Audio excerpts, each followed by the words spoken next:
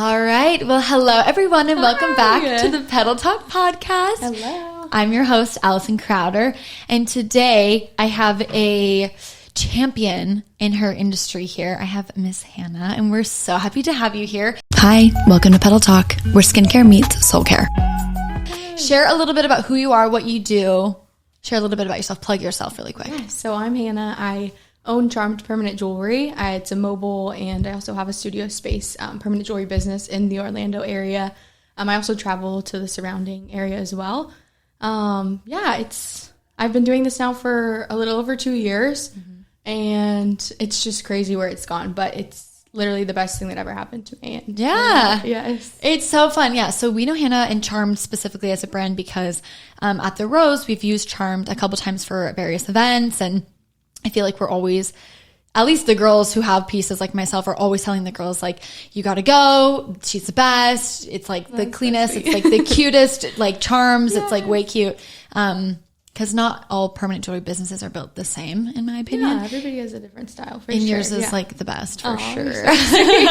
So, okay.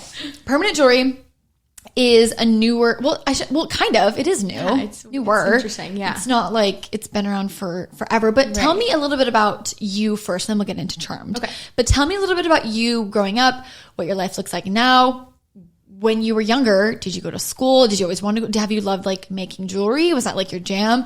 Tell me a little bit about you. Where did it start when you were younger? Yeah. Okay. So going way, way back, I was born and raised in Illinois. Okay. So I grew up there my whole life. And then I came to Florida because I always dreamed of going to college in Florida. And so when I graduated high school, I came down and went to school. I went to Nova Southeastern University for 1 year, and then I transferred and finished at UCF. So I've been in the Orlando area since. So like almost 8 years now. And growing up, I loved doing crafty things, but not like specifically jewelry making. The biggest part of my life was actually cheerleading. So I was a cheerleader all growing up, and yeah, that was like a big part of my life. And then coming to Florida, I went to school. I went to, like I said, Nova and UCF, and I graduated with a psychology degree, and I really loved psychology. I thought I wanted to do something more with that, like a master's degree or something where I was counseling or who knows what. And so after I finished school, I was really pursuing like that path, and I worked in a counseling office for a year.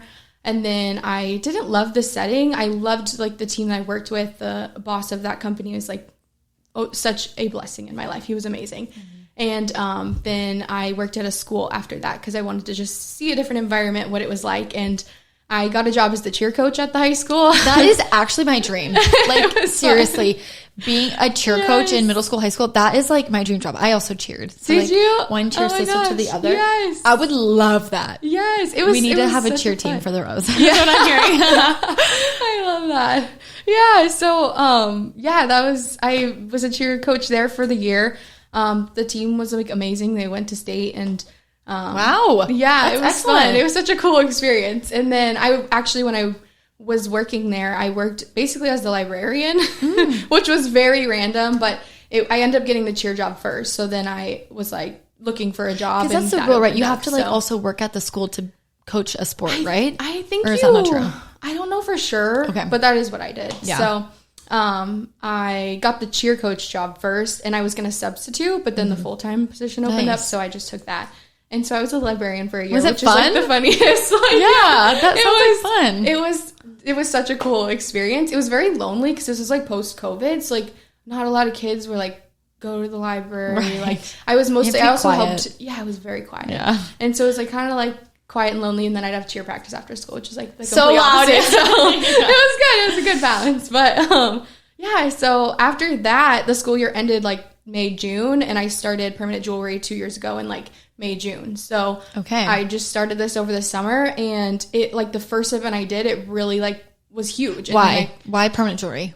So it's honestly so weird looking back because I don't have like this clear vision of why. I remember like that time in my life, I was like dreaming up business ideas. I've always had like this like creative like mind and like dreaming up business ideas or like inventions or just crazy things, and I would say them, but it was like in my mind like, oh, that's not like a career path. Like I never like thought of expanding on it, and I yeah, so I saw permanent jewelry happen online, and I really wanted to get it done. Mm-hmm. And there was like really only 1 or 2 people in the Orlando area doing it at the time, and their books were like completely filled. They would travel all over. So me and my friends, we couldn't even get it done. Like even though we wanted to, you'd have to try to travel to New York or somewhere with like a big city who's been doing it for a long time. And how long has it been around?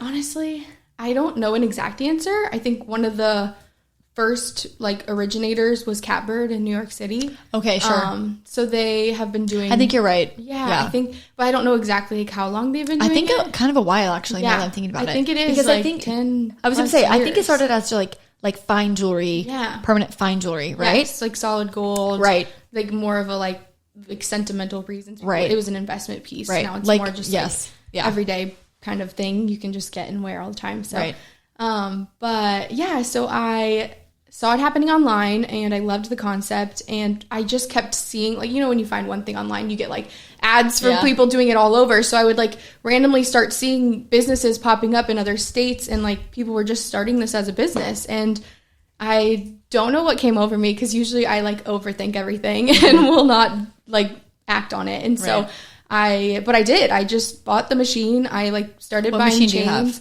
So I bought this machine. It's from Sunstone. They're like the best in the business. They've been around for so long for just as a jewelry company and making this machine. Do you have the Orion or whatever it's called? Okay, yes. Yeah, see, I know, guys. I know. Yes. And so I bought that machine. It's like a little bit of an investment, and so that's kind of why, like, when I bought that, I was like, well, can't not do anything with it now. Like, I have to do this. And I wanted to too. Like, it was such a fun idea, and I didn't let like my fear or anxiety hold me back from that point. So I bought everything, and then once I had it, I was just like playing around with it, and then I started practicing on like friends and family for like a month or two, and then my first event was in July of 2022, and like I said, it just like took off. Tell me about that. Amazing. What did you want to do? Did you want to? It was your event. Was it just a pop-up? What was the goal? So it was a pop-up. I kind of, the way I started finding things, like I would just search on Instagram, like Orlando markets, and like that's in my mind. I was like, farmers markets? Yeah, like more like artisan markets. Okay, yeah. So less like food and more like clothing, lifestyle, whatever. Art pieces that people make, things people are creating. And so I found this group called Orlando Local Makers, and they did markets like regularly every month or a couple times a month.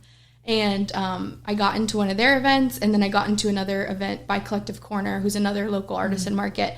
And those were the first 2 events that I did. And the first event I ever did was at Quantum Leap Winery. Okay. And we were in like the wine cellar part, like in the back of the building. And it's like, it was middle of July, like not air conditioned. No. Like it was like 100 degrees in there. And I was dying, like dripping sweat. I was like, I was still so new dark. To it. Yeah. So I was like nervous. And I was like, I had my family there helping me because it was my first ever event. And I went home that night. I was like crying. I was like, I don't ever want to do this again. It was horrible. I was like just sweating to death and dying. And I was like, oh my gosh, it was very dramatic of me. But I did it again. Like the next weekend, I did another event with Collective Corner. And that weekend, it like poured rain and we were outside. And I had my equipment. So it was like, at the time, I mean, I think looking back, like I wouldn't do this. I don't do this anymore in the rain. But my dad was there too, and he put up like 3 sides on my tent. That's nice. And so we were completely shielded from the rain. But I had people the whole time, and it was pouring rain. When you're at these events, you're booked and busy. Yeah, it's crazy. Which I think is a testament to obviously your skill set, but also just you as a person. People are so drawn to you, and they want to talk to you. They want to get something from you. And I think, I mean, at least at the events with us, I mean, you're always our busiest vendor. And we've gone to other events where they've had permanent jewelry and they're not very busy. Yeah, and it really I think depends that on the event for sure. Yeah, but it also was like you as a person, right? Like that's how I feel at least. So after this is your second event in the rain. Yes. Then what happens? Then do you feel like you get a groove? Like, yeah, I just what does that look like? Having 2 events like that were so busy, and like having such like weird circumstances of it being so hot and pouring rain, and I still was like consistently busy the whole time. I made a good amount of money, and I was like, okay, like this thing, I should probably keep doing this. Right. And so the money makes it all feel better. Right. Yes, money heals everything now. Yeah. And so I just kept like booking events. I would book events at like salons and boutiques and other places too. And then eventually people were booking like private parties. So this is like in the summer. This is like off school season. This is from like July to like July September. to Okay. So as I was doing more like events, I would meet people and then they were like, oh, this would be really fun at a girls' night. This would be really cool at a bachelorette party. This would be just really fun, like as a private party, getting people together. And so, that really grew from there. So I do a lot of private events still to this day and go to people's houses and set up like a smaller setup. And what's your favorite kind of event to work? Honestly, private parties, like bachelorette parties are so fun. Anything in like the wedding. Like realm. I just love weddings. And so I just did a wedding this week actually on a Wednesday morning, which was funny. But Wednesday morning I was at the Black Barn in Orlando for a girl. She had like all of them were getting ready and that's I was there cute. and everybody got a little piece of jewelry. So, that's so sweet. Yes. So I love doing that. It's just so fun. It's more like intimate. I get to like talk to people more and like know people versus at a market. It's like quicker people coming through. But I love all the events, to be honest, but I love markets because I meet other vendors and like other local makers and like I've met so many amazing people and I've just like traveled to really different like pockets of Orlando and outside of Orlando that I probably never would have gone without doing this. So that's really fun. Where's the furthest that you've traveled to? The farthest that I usually go is over to Melbourne, and it's not that. Yeah, but it's still kind of far. It's like an hour and a half, so it's a good drive. And I do events pretty regularly over there. I try and do like at least one event a month, and see all my Melbourne friends. So yeah, it's fun. Okay, so you have your summer that you're doing this, and then school comes. What do you do? So I don't know what I didn't see myself going back to work at the school. In my mind, when the school year ended, I was going to go to grad school the next year. So that's like what I told the school. Can I ask how old you are? What was that? Can I ask how old you are? I'm 26. Okay, I'll be 27 in August. So. Wait, me as well. Are you August as well? Yeah, what day? August 7th. August 5th! No We're sisters! No way! I did not know that. Yeah, I love that. I love that. That's so Leo, fun. I love that. Yeah. My best friend is August 3rd. So that's fun. Yeah. Amazing. They're I the love best. being a Leo. Yeah, honestly, same. I don't really know anything about the other ones, but being a Leo is like the best. Yes, so it is. yeah. Okay, so we sound like such Leos. Yeah, well, they are. Sorry, it's true. Sorry. So after, so you're like, you're gonna go back to school and you're gonna do your own thing, whatever. Yes. Then do you do that, or you decide, you know what, I want to just keep writing this out? What does that look like for you? Yeah. So I couldn't figure out exactly what I wanted to do in grad school. At the time, I was looking into occupational therapy, kind of merging science and psychology, which are my two favorite subjects in school. And so I was looking at schools to do that, but just something wasn't feeling I wasn't feeling super called to do that. And I really was loving this jewelry thing. Yeah. It was just I've always loved jewelry. What girl doesn't love jewelry? Right. But it's really fun. And so I remember when I worked at a school and just even at the office, the counseling office that I worked at, feeling every day like a robot. I'm I can't do a normal job. I just would literally leave and I'm how do people do this every day for the rest of their lives? And it's not like that when you're an entrepreneur, obviously. You can make your own schedule, or you still want to structure your life to have a normal life, but you just it's just, I don't know, it just felt more me, felt more right. Mm-hmm. And so I kind of stopped looking into grad schools, and I just kept booking events and finding things to do to keep making this work. I just stayed really busy doing that throughout the fall, and just have been nonstop since, really. So this was the fall of last year. Fall of 2 years. So last year's 2023, the fall before that. Okay. So yes. So then you decide, you're I'm not going back. What does your family think? Yeah, they were really supportive, honestly. I kind of dragged my mom along with me for the first couple months, to help me at events, because she's such a people person, so salesy and amazing at selling things that she loves and just talking to people. And so she was so sweet. She would talk to people while I was welding and all of that. But she's a speech pathologist full time, so it was never going to be her thing. Sure. But that was fun, and she was always super supportive. she's been like entrepreneurial herself. She had her own kind of practice when we lived in Illinois for speech, and just done some other fun things on the side. And so, my parents are honestly the most supportive people. They're like supportive no matter what I want to do, as long as I'm like doing something. Yeah, so, right. Yes. Right. But they've been so supportive, and they still are.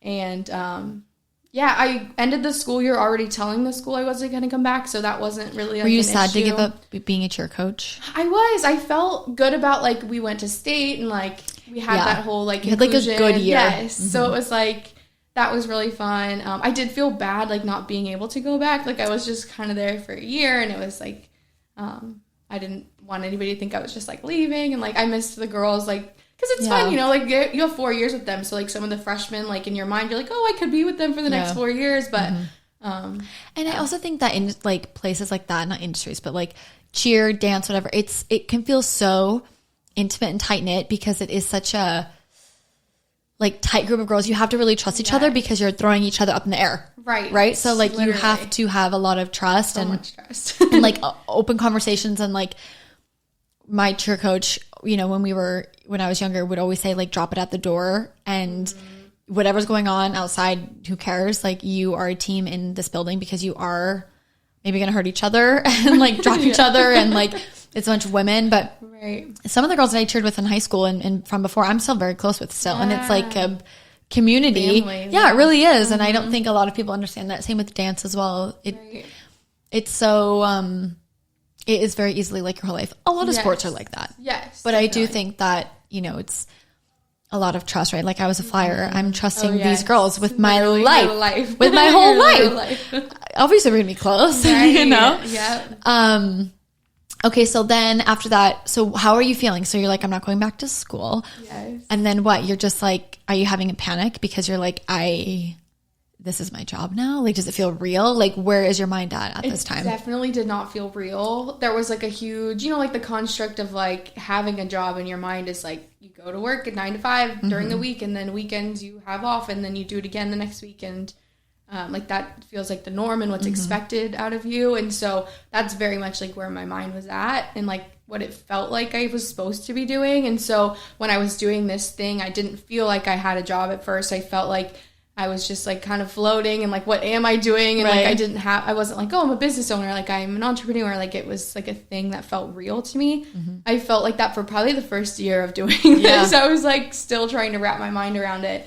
And it was really mostly, like, when you, like, start creating routines for yourself and, like, not, because it was also, I would only work, like, weekends. Like, I was just going to ask, what did your, like, party look like in a month? Like, are you doing one? Are you doing 5? Are you doing them just on the weekends? When I first started, probably like 5, and then a month. 5 a month, and then I started doing at least like 10 plus, like 10 events where I'm popping up, and then some private events. So I was trying to stay so busy and just really, like, hustle and, like, work hard because it was your job. I didn't have anything else to do. It was my job, and I loved it. And so I definitely didn't feel like it was real for a year, but I kept doing it.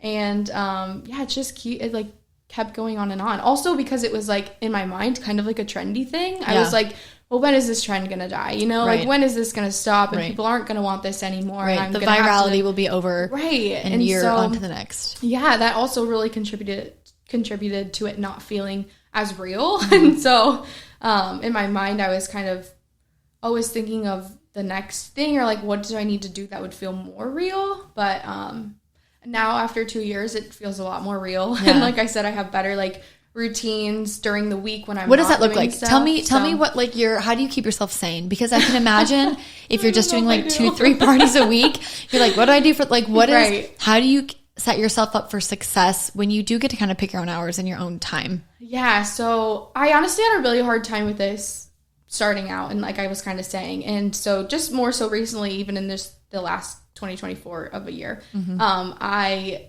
have become friends with other entrepreneurs and stuff, where I've, like, kind of, you know, seen how they, like, structure their lives and, like, are more able to just feel like you have a normal job in a way, because you do stuff every day where you're, like, outreach, you're marketing, you're planning content, like, things that you're supposed to do when you don't have event days. So like I said, for me, like, it feels really weird because all my events are like mostly weekends. I'm mostly busy like Thursday through Sunday, and then like Monday through Wednesday I would be just like floating. It's like admin. Like, what do I do? Right. But yeah, now I try and like I said, like get up. I'll go to like a coffee shop sometimes to just work and like be out of my house because otherwise, like you said, I'll go. Yeah, it's easy to go crazy. And so, but yeah, and just surrounding myself with other entrepreneurs, like I said, also makes it feel more real because they're also like going through what you're going through, and like they don't have the normal job, and so yeah, that's been helpful as well. But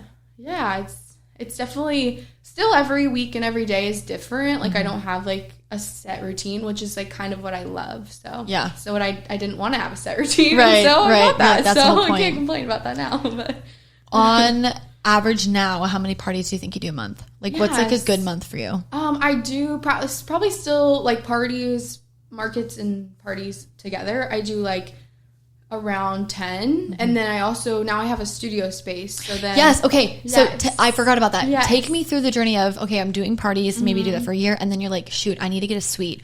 What does that look like? Yes. So I kind of always had in the back of my mind like it'd be cool to have a space where people could come. When people did come to see me at markets, or if they met me at a market, they would ask like, oh, do you have a store doing this? Like, and I would just say, no, like I just do pop-ups. And so, but in the back of my mind, like I said, I was like thinking, oh, it would be really cool to have a space that I can have people come to see me if they're not available for a market. You can leave your machine there. Yes, like it's I don't so have much to run stuff around and set up. Right. Yes, definitely. So, I don't remember that I was specifically looking, but I followed this girl who does like brow and lash laminations and lifts in the Orlando area, and she posted that she had a little extra space in her studio that she was looking to rent out, and just her like aesthetic and her like demographic or target market was very like in alignment with my business, and it just felt right, like something about it. And so I messaged her, and then I went and saw the place, and I like rent space from her. So it's really cool. It's been really fun. I've had that for a year now. So since last June. And yeah, I do studio appointments there. I'll do some like people will bring like a party to see me, like a group of people, instead of me going to them for a private party. So it's fun. It's good. I am more and more looking to put more of my energy into having a studio or to using my studio space. Because like you said, it's so much easier than running around a market. I know when you go to these events, I'm like, oh, there she is with all of her stuff. I'm like, come here, let me help you. The boxes and it's so much like chain to bring, like it's so much setup. And people don't realize that part of it too of you have to have everything. You have to have multiples of everything. Yeah. When you're mobile like that, it's like, oh my gosh, if I forget like pliers, like it's actually code red. It's like not a good thing. So true. In talking about that, have you kind of nailed your transport system? What does that protocol kind of look like for you? Like, I'm sure you have it nailed down to make it easy and quick. What does that look like? Yeah, so I kind of have two setups, and I have the one that stays at my studio space, and then I have everything I need for a market, and I have I just kind of have a list if I ever need it, but in my mind I just know everything that I need because it's pretty much the same every time. But it's always in my back of my mind. It's like, don't forget anything. Or like, also the worst thing would be like, what if my machine isn't working? Like, do I need to bring a backup machine with me? No, like, seriously. Oh my gosh. So thankfully those things have never happened. Knock on wood. I don't have any wood, but but so I definitely have the routine down. But it was definitely getting exhausting. I remember after last year ended, that was my first full year doing it. And I was like, I don't know if I can do another year running around as much as I did. And I loved it, but it was like physically exhausting. And so that's why I say like I want to definitely put more energy into my studio because it's so nice. And I have been, and it's been great. It's been paying off. So do you have set studio days? I don't have set days, but I might. Like that's probably a good thing to do. I mostly just like post random days, and then if somebody needs me a certain day, I'll go into because I have a lot of flexibility. So that's so nice. So when you think about your career kind of long term, obviously you're actually kind of one of the rare ones on this show that has a lot of collegiate experience. A lot of the people that we have on, like myself included, have dropped out of either 1 or 2 or 3 colleges. You know, where do you kind of see, do you want to use your degree? Do you care to use your degree? Do you think it matters? Like, obviously psychology and counseling is like important to you. Where do you kind of see that those two elements kind of come together? Yeah. So if you do. Yeah, I mean, it's always in the back of my mind of like, well, if this doesn't work out, right. When I get a real job, but like job. This is your real job. Yes, no, right. I literally say that same thing, right, all the time. But yeah, so it's in the back of my mind because I, like you said, I do love psychology, like, yeah. And I always had this like very like specific idea of like helping people was like in a degree like psychology or like being a doctor or something where it's like so like. Just that, you know, that construct of how helping people is. But right. I was talking to somebody about it one time and they just kind of helped me frame like what I'm doing now is like it could be helping people. Like right. I put jewelry on people like that's like a remembrance piece for somebody or just like for two friends and they get a matching piece to like. Mine has my husband's birthstone that you gave me and it's like. I'll have that forever. Right. Like, that's such a sweet thing to look down. Obviously, my wedding ring too, but like, I look and I'm like, oh my gosh, yeah. Like, I think of my husband. It's like, that's so sweet. Like, that's so personal. And it's like lovely. It's like, I'm sure people get their, you know, members that have passed away or they get like, you know, I've seen your charms. You have like little animal paw prints and it's like for the cat that, whatever. Like, it's sweet. It's so sentimental. Right. So yeah, I've kind of tried to reframe like, my like traditional idea of helping people to be like, well, what I'm doing now can still be helping people. It's like helping making people happy and making people's day. So, yeah, but I don't know. Maybe one day I'll do something with my degree. I love what I'm doing now, and like I would love to just continue being an entrepreneur forever. So, but even like if I did do something with psychology, it could still be an entrepreneurial. I'm just going to ask that practice or whatever. So let's say, God forbid, obviously, in like 3 years you have to get a real job, right? And I have air quotes for those who are listening. I do think this is a real job, obviously. Yes. That's why we have her on. But if the whatever changes and the tide changes, entrepreneurial. That spirit, then going back, I mean, I personally can't see you in like a 9 to 5. Maybe you would be, but like, I don't know if I could see you doing that. Right. What is that, like, what other ventures are you interested in? Do you want to, like, obviously permanent jewelry comes from its own world of like welding and like jewelry manufacturing and whatever that might look like. Are you interested in like making wedding rings one day? Are you interested in like becoming like a gemologist? Like, or is that like not your jam? Yeah, what's funny is a year ago I bought a full metalsmithing setup from a lady. That's so cool. This lady who was a metalsmith, she passed away actually, and so they were selling her full like station of literally everything, like even like a tank of oxygen with like the flame torch, and like so I ended up buying that because in my mind I was thinking like, oh, maybe I'll like create jewelry, like it feels like a good like a segue and like but I honestly haven't done much. That's okay. Any of that. I did start more recently making like some more beaded jewelry and fun little extras that I can sell at markets or when people see me at my studio, and then maybe one day online. But and I love it because it's like it feels a little bit more creative, like just like creating something versus the jewelry business as a whole is creative, but the specific act of like permanent jewelry isn't super creative for me, more so for like the customer because they're creating their piece. So but yeah, so who knows where I'll go with it. I think I'm just kind of like riding the wave and like seeing what comes along and feels right. I feel like most things that I do in my life, I felt like the right things always feel right and the wrong things don't feel right. You just know. Yeah, you just know. So one thing I'm looking into pursuing now, or I am pursuing, is adding ear piercings. So that'll be at my studio space. Fun. Like single needle, like hollow needle piercings. Yes. That's an excellent idea. I think it'll be a fun addition to the studio space. So absolutely. I'm really excited about that. That's really fun. Do you have to have like a body art card here in the state of Florida?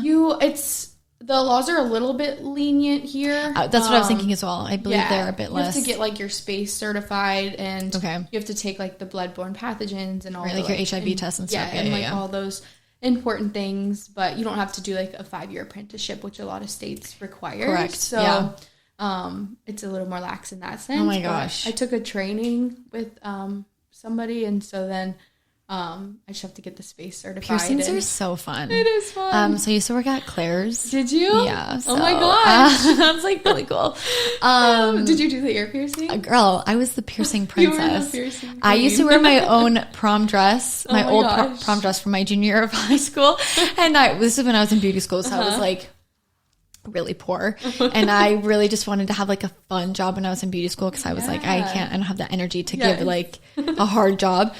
And I would wear my old prom dress and I would go to Claire's. I would walk like downtown Denver and go there and I would wear my dress and I would do birthday parties because Claire's is similar. And before everyone comes for me, I understand that the guns aren't excellent. Great. I understand. But there are babies and toddlers and it's like really hard with a needle. Like I understand. Don't come for me. I know.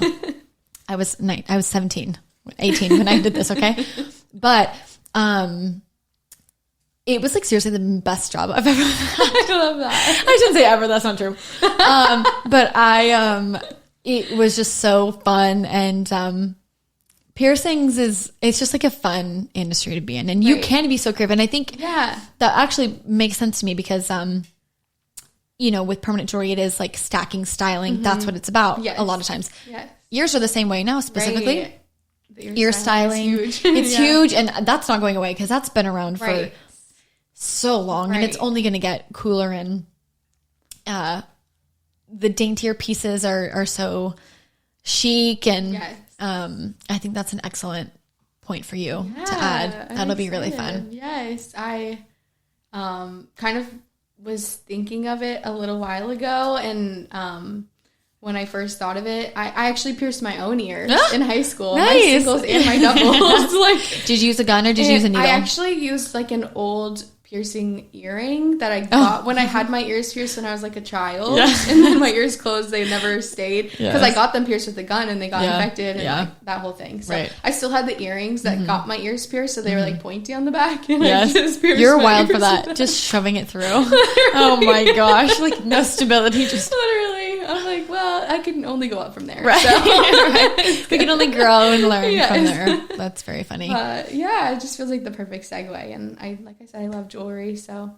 more jewelry. Do you think you would ever get into like making like engagement rings? I don't know what I see. I'm putting my own expectations on you right now, but I just really do envision you making like bespoke, like that'd be so stunning cool. wedding rings. I feel like I have no idea what that world even looks like. But you could get that there. Would be amazing. Especially because I said like I love the wedding industry. Right, that's what I'm saying. Maybe. Yeah, like that would make so much sense. Maybe. Okay, so in 2 years when you do it, you come back here and say thank you so much for giving you a push on a public outlook or a public platform to you. Thank you so much. Thank you so much.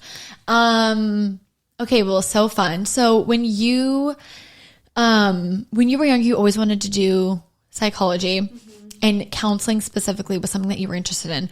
Yeah. I want to just reel it back for 2 seconds. I know that you mentioned your mom did speech pathology. Yes. Is that what you said? Okay. Yes. What about counseling and speech pathology were you interested in? I know we've talked about helping people, but where did that kind of come from? Where did that spark come from? So to be honest, I never really thought of counseling until I got to college. When I was in high school and even starting college, I had a million different ideas of what I wanted to do. Like my first remembrance of what I wanted to do actually was being an orthodontist. Oh my gosh. And it was because I wanted to be a dentist, but I was like, oh, well, orthodontists just make a little more money. So like, let me just do that instead. That's gross. And I'm like, what? Literally, like, you're just like putting brackets on people's teeth. Sure. Right. Sign me up. And so that was like originally one of my intentions, and that's why I went to Nova Southeastern University, is because they have a dental school. And so I wanted to do that for a long time, be a dentist. And then I also wanted to be a lawyer. I just like was a kid that grew up talking back to people, so which like it doesn't feel like, I don't know, right? And so my family would always joke and like, you should be a lawyer when you grow up, you know. And so I thought of that, and going into college, I started as a biology degree. Oh my gosh, you've been all over the place. I've lived a lot of lives. A lot of lives in these 20 years. Yes. So I did biology, and then when I transferred to UCF, I switched to health sciences, and then the reason I switched out of that is because I was going to have to be in school for an extra year, because when you do like a science degree, you like have to take things in order, like Anatomy 1 and Anatomy 2 separate semesters. Sure. And so with psychology, I could just squish them all in, like, and just take them all and get done quicker. Right. So I switched to psychology because I had like a couple classes like that when I was in my other degrees. And I loved psychology. I don't remember. I think I just really wanted to help people like feel better, like in life. And like, so in my mind, I'm like, well, that's exactly what that job is. It's like helping people feel better. So, I just really saw myself doing something like that. But I never could like quite put my finger on exactly what. Like I looked into getting like a PsyD or being a mental health counselor, like and then occupational therapy. And so I started thinking of occupational therapy because of my mom. So this goes back to the speech pathology thing. So she's a speech pathologist, so she helps people in that sense. And her job has always looked so rewarding. Like she loves her job, and she's just had like she's just amazing, like everything she's done. And so I don't know why I like thinking of doing speech. I like that never clicked. I didn't never want to do that. But she also works with like occupational therapists and physical therapists sometimes. So at one point when that kind of came up, I was like, oh, that would be really cool. Because like I said, it's merging science and psychology. And those are like my two favorite things. Yeah. And it's helping people. And so, that was like the biggest driver, was just wanting to help people. And but like I said, growing up, I always had like this creative mind and like thinking of business ideas, and my family would talk all the time of like just different crazy business ideas and like even inventions and just fun things, like just blurting things out, because it was never like, it wasn't like real. It was just like fun, like things to talk about and whatever.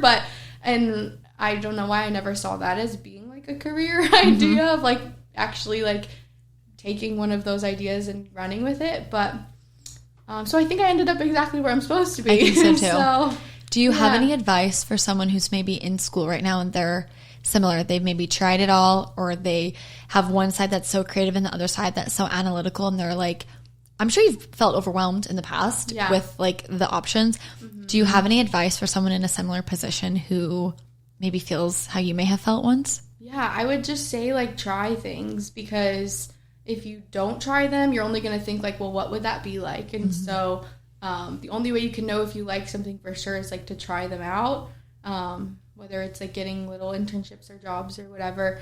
And then if you don't love that, you could, and you're like thinking more entrepreneurial, like just start something on the side. Like it doesn't have to be your whole life. It doesn't have to, it doesn't have to be this huge thing. Because I think it's hard when you like want to own a business, you like see the end goal of like what it could be. And so it's so hard to like just start. It just starts one place, start like with one step. And so, I think that's what my best advice would be. Also just like, don't think, just do, because you could think yourself into never doing anything. And like, that's like I said, when I started, I don't know what came over me, but I just bought the machine and I just started, and like I had to just keep going from there. And I could have thought myself into never doing it, but and that's like stopped me from a lot of things, like a lot, like whether it was actually picking a career, like I was thinking about it too much. I didn't just do something and just try something, like I said. So it doesn't have to be a forever thing. Like if you have an interest in something, just try it, and then maybe that'll branch you off into something else, and then you could meet somebody there that takes you somewhere else. And just do one thing. Just do it. Just do it. Like who cares? Just do it. Do you have any advice for someone who is quite young in their entrepreneurship journey? It's so overwhelming, and it's so, you do just see the glamorous side. You do just see those who've already done it for 5-10 years and they make it look so easy. What advice do you have to someone who is maybe a few years behind you, who's like, I really want to do this, but like, I don't know where to start. I don't know what to do. Like, what are taxes? Like, what advice do you have for someone in that kind of situation? Yeah. I think kind of like what I just said, it's just the just don't think too much, and just like try things, and like you don't have to know everything to start. And because that's always kind of what stopped me, is like was all these like, well, I don't know how to do this, I don't know how to do taxes, I don't know how to do all these things, and like, Dad, literally literally. And so I just do it. I don't know. That's my best advice is don't think too much. And I think also just surrounding yourself with other people who like want to have similar interests and are also entrepreneurial. You can learn so much from like people around you and that kind of thing. So it can be like a lonely career if you are just doing it by yourself and like you just feel like you don't know what you're doing. And if you surround yourself with people who like have been in it for longer, then they can like help you and guide you and like give you advice and things they've learned. So do you have someone that you know, like, do you have that person in your life that has been so helpful and like so supportive that has kind of helped you find your path? Yeah, well, I would say I think like my mom has been such a help because she, like I said, had like some entrepreneurial experience. She's just been such a light and like so supportive and whenever I need to vent about something, she's there. And then just like some of the friends that I've made in the Orlando like makers community. That's so fun that you have like a community for that. That's really sweet. I didn't know that even existed. Yeah, I think just like meeting, like when you do so many markets, like sometimes it's a lot of the same vendors every time and they're slow days, so it's like they're the only people to talk to. And so and it's just so cool like getting to meet other people that are like you and like so creative and like see that this is like a real like potential of being like a career. Like you can do this because like I think when you're just starting, it just feels like, is it even possible? Like, how am I going to do this? I don't have any money or I don't have anybody following me on social media. Like, how am I supposed to make this work? And so then to get out there into like the community and see that other people are doing this and like this is possible, it's just so inspiring. So, it's so inspiring. And I think being able to take something really hot right now, which is permanent jewelry. I almost said permanent makeup. Permanent jewelry. And kind of striking while the iron is hot, I think is really cool because then you can pivot into maybe one day doing piercings or maybe one day making your own jewelry or whatever because you were able to kind of capture that audience.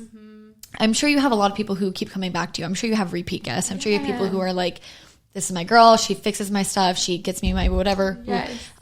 She'll do my piercings. Like I'm sure that you have that cult following. And I think being able to really capitalize on that is huge. I think that's a good position to be in. And I think you're in a good spot for that. And it's so exciting to see businesses flourish that are so fun like this. Yes, it is really fun. It's so cool. And even like I'm in a Facebook group with like thousands of permanent jewelry artists across the country. That's and so fun to see like all of their success stories and just like where they're going with the business and what they're doing and how like it's changed people's lives. It's so cool and so inspiring. It's really amazing. Do you think you'd ever get into education? I don't think so. At least right now. I think there's like when I started, there wasn't really all this training. And so I just started from learning on like quick little YouTube videos that have been around for ever just on how to use the machine and all of that. And so anybody who ever asks me like, do you train or whatever, I'm just like, no, like you can do it. Actually, the manufacturer of the machine has free videos on how to do it now. Wow. So, wow. But I mean, some people maybe want more of like a guiding like hand. Yeah, I mean, that could be a whole different avenue in your life if you wanted. You have like little apprentices or something running around. Yeah, so I hired a girl for a little while who helped me like with my business. And so that was great. But yeah, I think it's such a cool field to be in. So it is so fun. Yeah, right? Definitely go for it. This year's halfway over, which is like so insane. I know that the piercings is kind of in addition to, but where do you see yourself at the end of this year? Where do you see yourself in 2 or 3 years? What does Charmed kind of look like? Yeah, I want to definitely get into like the piercings and like I said, doing a lot more at my studio space. I also want to get into like keep getting into the wedding industry, like I said. So whether that's doing like wedding convention center events where people can meet me and then like I can do events for them for their bachelorette party or their wedding or whatever it may be. I think that's a fun like niche that I like really love and am interested in. So maybe more of that kind of thing. Who knows? The world is your oyster. Literally, that's the funnest part of being an entrepreneur is like you can do whatever you want. Literally anything. You can take your business wherever you want to go. So it's fun. Yeah, well, I love it. Where did the name Charmed come from? I wanted to ask you that.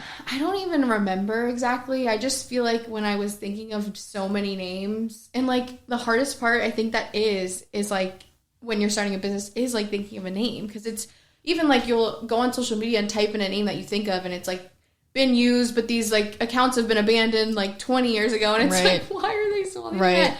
And so that was honestly one of the biggest things where it was kind of like holding me up from like getting started doing all this stuff. And so the name Charmed was like really sticking, but like I kept like trying to think, I was like, well, maybe I can think of something better. And like I kept like thinking of different names, but that was like preventing me from starting. And I was like, I just need to start. Like, let's just call it this thing that I've had in my mind, Charmed, that I love that name.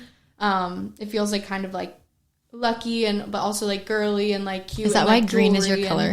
Yeah, a little bit. Yeah, cute. Something about it. It just feels lucky. And yeah. So, and I just went with it. And who knows? I've like still kind of always in the back of my mind. I'm like, do I want a different name? Because there's some other companies that like have started since. And now with the whole like charm trend. Oh, yeah. There's a bunch of businesses popping up called Charmed. Totally. And I'm like, well, I'm like not doing that. So, would you ever want to get into doing that? I don't think so. The type of jewelry is a little bit different quality. Yeah. It's more like costume jewelry, and I'm trying to stay in like the like demi-fine to like fine jewelry that like lasts a little longer. And it's hard to find charms that are like that quality that aren't like hundreds of dollars. Right. So it's a different product. So but I love the trend. It's fun. Yeah, so, no, it's actually so fun. I love the trends. Yes, it's cool. But yeah, so the name Charmed just is like stuck, and I think it's cool. I'm like trying to decide because Charmed Permanent Jewelry is my like full LLC name and my business name on all social media, and sometimes I'm like, well, does that like niche me down too much to just being permanent jewelry, or maybe it's good because it gives me like SEO credibility, like people searching for permanent jewelry, like I'm gonna come up because it's in my name. And and if I do earrings, I'm like, well, that's permanent jewelry. Yeah. Talk to me a little bit about the marketing side of that, because you just mentioned like wanting to be the first one that pops up. Like how, because not so much when you started, but I would say now that it is, I don't want to say it's saturated by any means, but you can find it a lot more easily now. Definitely. How do you keep yourself relevant? What do you have advice for other business owners who are maybe in a more saturated industry and they need to keep themselves relevant as well? Like what advice do you have, or what does your thought process look like with that? Yeah. Honestly, I feel like I'm so novice to like knowing actual SEO and like marketing and all of those little things. But I don't know. I just try and do all the basic things of like having like key like tag words that I'm including in my captions. I do the hashtag thing. Jury's out on if that actually does anything. I've heard mixed reviews. And then just, I'm honestly not even the right person to ask because I just created like a Google account for my page and all of that. But I think in general, like with your business, like making yourself stand out is going to be like selling you. Like people are going to buy from you because they like you, as opposed to like what you're selling in your business. So like they might still buy from you regardless. But if you can really like show your personality and like just be you when you are selling your business, which also I'm not the best person to ask for advice about because I don't really post myself on my page. But yeah, I think that's important. So yeah.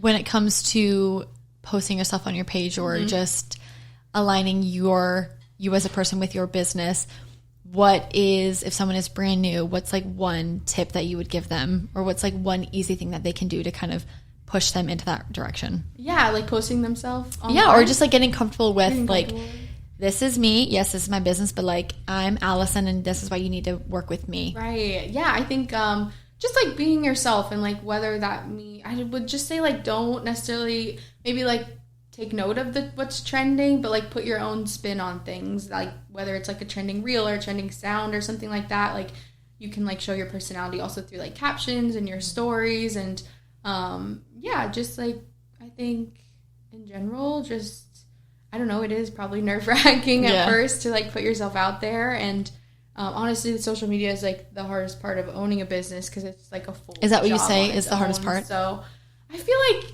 if you look at it like that, maybe, but I think we just put a lot of pressure on ourselves in that department because it feels like that's the key to success for a lot of people. It feels like, oh, if I go viral or if everybody finds me on social media. But I know a lot of like people at markets that like don't really do a lot on social media and they're still having success. So is that how you built your business? Was through social media? Or was it, I feel like it was more like word of mouth. A little bit of both. Yeah. Yeah. I do get a lot of people that like have found me from social media, but I think because I've also done so many events, I do get quite a bit of word of mouth too. So yeah, but yeah.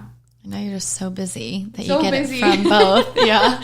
Yes, but yeah, like I said, I just like added myself to Google like a That's month okay. ago, so I'm like 2 years in, and there's just like always something new to do and something new to learn. So yeah, it's good. It keeps you busy. It definitely does keep you busy, and especially in, you know, things move so fast these days. Like trends move, so fast, so fast. Yes, it's hard. It's like as soon as you know order something, by the time you get it, it's moved on. Right? It's like, oh, we love like mushrooms are having like such a big moment. Like mushroom cups, mushroom jewelry. It's like by the time you get it, the little mushroom charms, they're onto bows. Yep. They're onto something else. So true. Yeah, Right. It's so true. I can't keep up. It's crazy, but I think you do a good job by keeping up. I would say. I feel like you do, because not every, like I said, permanent jewelry business is built equally, and you really have an excellent business. You really do. You do. You. Well, I loved having you on and just chatting, and you know, I love nothing more than hearing about specifically women, but entrepreneurs in general. I think it's so inspiring, and I think, you know, you're a perfect example of taking advantage of where you're at right now and doing something really cool for something that is new, and like you were able to capitalize on that really quickly and be able to go full time quickly, and that's such a cool element to your story. And I wanted to say amazing job, and we love having you at our events, and you're so sweet. We'll have more events. You're always invited. You're always our top performer. We're always like, we got to get charmed. She's got to come. And then also with the piercings, like if you ever, you know, need some practice, I'd always love more, right? I will, but tell everyone, plug yourself, Yeah. plug your social, plug your website, like tell everyone how they can find you, how they can book with you.